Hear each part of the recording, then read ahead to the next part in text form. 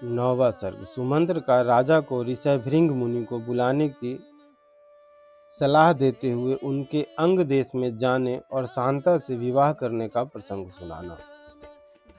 पुत्र के लिए अश्वमेघ यज्ञ करने की बात सुनकर सुमंत ने राजा से एकांत में कहा, महाराज, एक पुराना इतिहास सुनिए। मैंने पुराण में भी इसका वर्णन सुना है। ऋतुजों के ने पुत्र प्राप्ति के लिए इस अश्वमेघ रूप उपाय का उपदेश किया है, परंतु मैंने इतिहास के रूप में कुछ विशेष बातें सुनी हैं। राजन, पूर्व काल में भगवान सनत कुमार ने ऋषियों के निकट एक कथा सुनाई थी। यह आपकी पुत्र प्राप्ति से संबंध रखने वाली है। उन्होंने कहा था, मुनिवरों, महर्षि काश्यप के विभांडक नाम से प्रसिद्ध एक पुत्र है। उनके भी एक पुत्र होगा जिसकी लोगों में ऋषि श्रृंग नाम से प्रसिद्धि होगी। वे श्रृंग मुनि सदा वन में ही रहेंगे और वन में ही सदा लालन पालन पाकर वे बड़े होंगे। सदा पिता के ही साथ रहने के कारण विप्रवर श्रृंग दूसरे किसी को नहीं जानेंगे। राजन, लोक में ब्रह्मचर्य के दो रूप विख्यात हैं और ब्राह्मणों ने सदा उन दोनों स्वरूपों का वर्णन किया है। एक तो है दंड, मेखला आदि धारण रूप मुख्य ब्रह्मचर्य, और दूसरा है ऋतु काल में पत्नी समागम रूप गौण ब्रह्मचर्य। उन महात्मा के द्वारा उक्त दोनों प्रकार के ब्रह्मचर्यों का पालन होगा। इस प्रकार रहते हुए मुनि का समय अग्नि तथा यशस्वी पिता की सेवा में ही व्यतीत होगा। उसी समय अंग देश में रोमपाद नामक एक बड़े प्रतापी और बलवान राजा होंगे।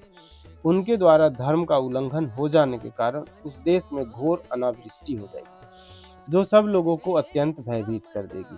वर्षा बंद हो जाने से राजा रोमपाद को भी बहुत दुख होगा। वे शास्त्र ज्ञान में बढ़े चढ़े ब्राह्मणों को बुलाकर कहेंगे, विप्रवरों, आप लोग वेद शास्त्र के अनुसार कर्म करने वाले तथा लोगों के आचार विचार को जानने वाले हैं, अतः कृपा करके मुझे ऐसा कोई नियम बताइए जिससे मेरे पाप का प्रायश्चित हो जाए।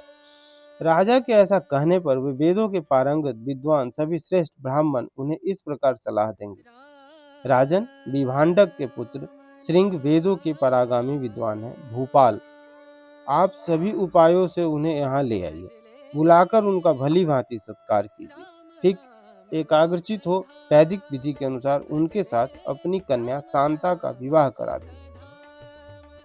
उनकी बात सुनकर राजा इस चिंता में पड़ जाएंगे कि किस उपाय से उन शक्तिशाली महर्षि को यहाँ लाया जा सकता है। फिर वे मनस्वी नरेश मंत्रियों के साथ निश्चय करके अपने पुरोहित और मंत्रियों को सत्कार पूर्वक वहां भेजेंगे। राजा की बात सुनकर वे मंत्री और पुरोहित मुंह लटकाकर दुखी हो यूं कहने लगेंगे, हम महर्षि से डरते हैं, इसलिए वहां नहीं जाएंगे। यूं कहकर वे राजा से बड़ी अनुनय विनय करेंगे। इसके बाद सोच विचार कर वे राजा को योग्य उपाय बताएंगे और कहेंगे कि हम उन ब्राह्मण कुमार को किसी उपाय से यहाँ ले आएंगे। ऐसा करने से कोई दोष नहीं घटित होगा। इस प्रकार वेश्याओं की सहायता से अंगराज मुनि कुमार श्रृंग को अपने यहाँ बुलाएंगे। उनके आते ही इंद्रदेव उस राज्य में वर्षा करेंगे। फिर राजा उन्हें अपनी पुत्री शांता समर्पित कर देंगे। इस तरह श्रृंग आपके जामाता हुए वही आपके लिए पुत्रों को सुलभ कराने वाले यज्ञ कर्म का संपादन करेंगे। यह सनत कुमार जी की कही हुई बात मैंने आपसे निवेदन की है। यह सुनकर राजा दशरथ को बड़ी प्रसन्नता हुई। उन्होंने सुमंत्र से कहा, मुनि कुमार श्रृंग को यहाँ जिस प्रकार और जिस उपाय से बुलाया गया वह स्पष्ट रूप से बताओ। इस प्रकार श्री वाल्मीकि निर्मित आर्ष रामायण आदि काव्य के बालकांड में 9वां सर्ग पूरा हुआ।